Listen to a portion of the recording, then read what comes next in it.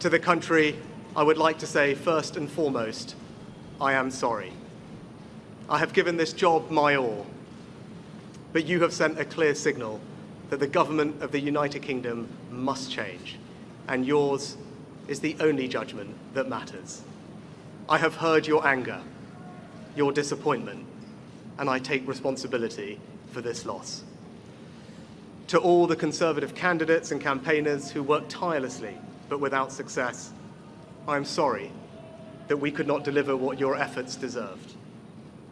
It pains me to think how many good colleagues who contributed so much to their communities and our country will now no longer sit in the House of Commons.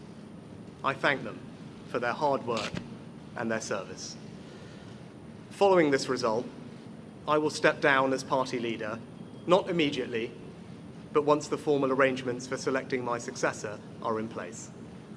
It is important that after 14 years in government, the Conservative Party rebuilds, but also that it takes up its crucial role in opposition professionally and effectively.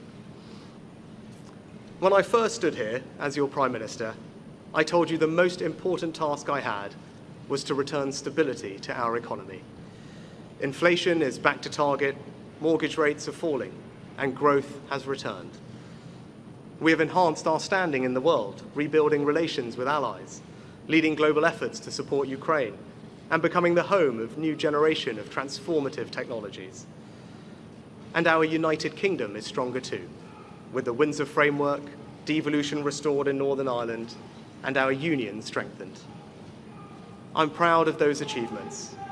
I believe this country is safer, stronger, and more secure than it was 20 months ago. And it is more prosperous, fairer, and resilient than it was in 2010. Whilst he has been my political opponent, Sir Keir Starmer will shortly become our Prime Minister.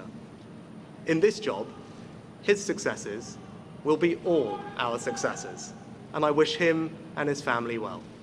Whatever our disagreements in this campaign, he is a decent, public-spirited man who I respect.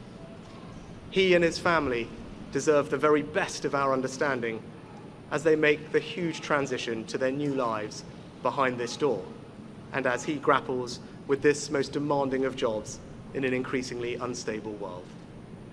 I'd like to thank my colleagues, my cabinet, the civil service, especially here in Downing Street, the team at Chequers, my staff, CCHQ, but most of all, I'd like to express my gratitude to my wife Akshata and our beautiful daughters.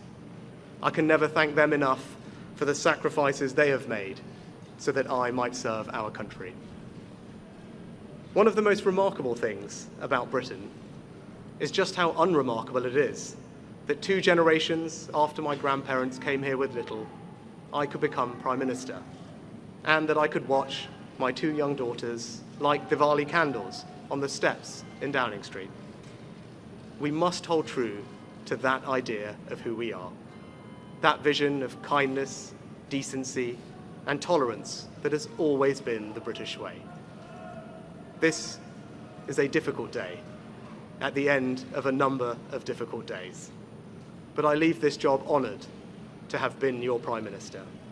This is the best country in the world, and it is thanks entirely to you, the British people, the true source of all our achievements, our strengths, and our greatness. Thank you.